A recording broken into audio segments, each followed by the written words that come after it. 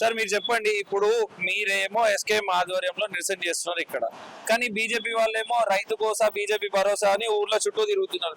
అది ఓన్లీ పేరుకే తిరుగుతున్నారు అంటారా? మొన్న కేంద్ర ఆర్థిక వ్యవహారాల శాఖ దాని ప్రధానమంత్రి నరేంద్ర మోడీ ఆధ్వర్యం లోపల సమావేశమయ్యి ఈ ఎంఎస్పిని ప్రకటించింది. ఈ ఎంఎస్పిలో ఇంతకుముందు మిత్రులు మాట్లాడినట్టుగా మొక్కజొన్నకు 10 రూపాయలు పెంచిండ్రు, పెసరకు 12 రూపాయలు పెంచిండ్రు. అదే రకంగా మన దగ్గర ప్రధానంగా పండుతున్నటువంటి పంట వరి, దానికి 72 రూపాయలు పెంచిండ్రు. ఇది ఏ రూపంలో సరిపోద్దో ఆలోచన చేయాలని చెప్పి ఈ సందర్భంగా కోరుతున్నాం. ఒక సూత్రం ఏంటంటే, స్వామినాథన్ సిఫారసుల ప్రకారం C2+50%, అంటే ఎంతైతే ఖర్చు అయింటుందో ఆ ఖర్చుకు సగం పెంచి ఆ ధరలు నిర్ణయం చేయాలి అని చెప్పి ఒక సూత్రం. దాన్ని మేము ఖచ్చితంగా అమలు చేస్తామని చెప్పి 2014 లోపల నరేంద్ర మోడీ అధికారంలోనికి వచ్చిండు. 12 సంవత్సరాలు గడుస్తున్నది. 12 సంవత్సరాల్లో ఎప్పుడైనా దీన్ని తెరువైందా, అంటే దీని గురించి ఆలోచన చేసిండా అంటే ఆలోచన చేయాలనేది చాలా స్పష్టంగా అర్థమవుతున్నది. మరి బీజేపీ వాళ్ళు ఏ ముఖం పెట్టుకొని కేంద్రంలో ఉండే నరేంద్ర మోడీ పరిపాలిస్తున్నటువంటి పరిపాలనలో ఇట్లాంటి విధానాలు కొనసాగిస్తూ ఉన్నప్పుడు ఇక్కడ కళాల దగ్గరకు పోయి ఏం ఫలితం? నిర్ణయం చేసేది వాళ్ళు కదా, కొనమని చెప్పేది వాళ్ళు కదా. ఇంతకుముందు మిత్రుడు చెప్పినట్టుగా 75 లక్షల మెట్రిక్ టన్నులు మాత్రమే కొంటాము వరిని చెప్పి అంటున్నారు. అట్లాంటప్పుడు వాళ్ళు కళాల దగ్గరకు పోయి ఏమని చెప్తారు?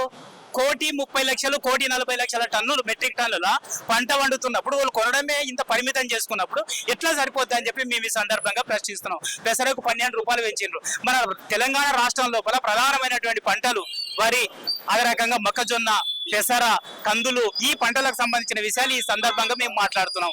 అదే కాకుండా వాళ్ళు నిర్ణయం చేయటం లోపలనే వాళ్ళు A2+FL అని దాన్ని ఏంటంటే వాళ్ళు మొత్తం పంటలకు అయ్యే పెట్టుబడులు ఏవైతే ఉన్నావో దాని ఖర్చుల్ని, అంటే పురుగు మందులు, విత్తనాలు, అదే రకంగా లేబర్కి అయ్యే ఖర్చు, లేదా డీజిల్ పెట్రోల్ దీళ్ళకి అయ్యే ఖర్చులు, వీటిని మాత్రం వాళ్ళు లెక్కేస్తున్నారు.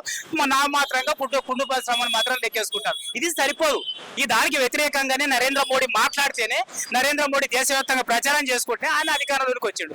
అధికారంలోనికి వచ్చిన మనిషి తన ఆధ్వర్యం లోపల అవుతున్నటువంటి ఆర్థిక శాఖ వ్యవహారాలు దాంట్లో చేసేటటువంటి దాంట్లో ఏం నిర్ణయం చేసిండ్రు? ఇంత అధ్వానమైనటువంటి నిర్ణయం చేస్తున్నప్పుడు కేంద్రంలో ఉండేటటువంటి నరేంద్ర మోడీ కానీ, రాష్ట్రంలో ఉండేటటువంటి బీజేపీ ఎంపీలు కానీ, లేదా బీజేపీ మొత్తం పార్టీ కానీ, పార్టీలో ఉండే మామూలు ప్రజల సంగతి అంటంలే, వాళ్ళందరూ కూడా రైతులు, వాళ్ళందరూ మామూలు వాళ్ళందరూ ఈ ఉద్యమంలో కలిసి రావాలి, వాళ్ళని నిలదీయాలి. ఆ రకంగానే ఈ ఆందోళన సాగుతూ ఉన్నది ఎస్కేఎం ఆధ్వర్యంలో.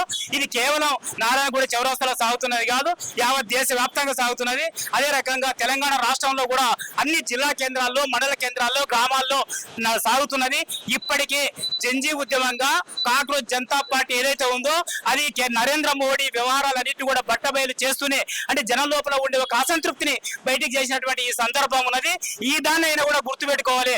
రైతుల పట్ల ఈ రకంగా వ్యవహరిస్తే యావత్ దేశమంతా కూడా, కేవలం కాక్రోచ్ జనతా పార్టీ కాదు, యావత్ జనమంతా కూడా ఈ రకమైన రైతాంగంతో కూడా వాళ్ళతో కలిసి ఈ ఉద్యమంలో ముందుకు అవకాశం ఉంటుంది.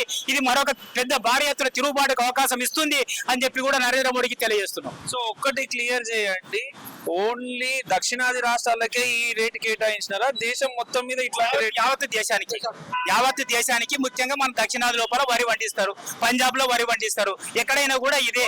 అంటే వాళ్ళు ఏం చేస్తారంటే యావత్ దేశం లోపల కొన్ని ప్రాంతాలు సెలెక్ట్ చేసుకొని ఆ సెలెక్టెడ్ దాంట్లో వాళ్ళు ఇలా చేస్తుంటారు. మొత్తం యావత్ దేశానికి ఇది. మీరు చెప్పండి, అసలు మీరు ఇప్పుడు నిరసన చేయడం వల్ల సెంట్రల్ గవర్నమెంట్ దిగొస్తుందని మీరు అనుకుంటున్నారు? ముఖ్యంగా 12 సంవత్సరాల నుంచి కేంద్ర ప్రభుత్వము రేటు పెంచకుండా కాలయాపన చేసింది. రైతు సంఘాలు ప్రతి సంవత్సరం రేట్లు పెంచాలని చెప్పి ధర్నాలు చేస్తుంది, మెమోరాలు ఇస్తుంది.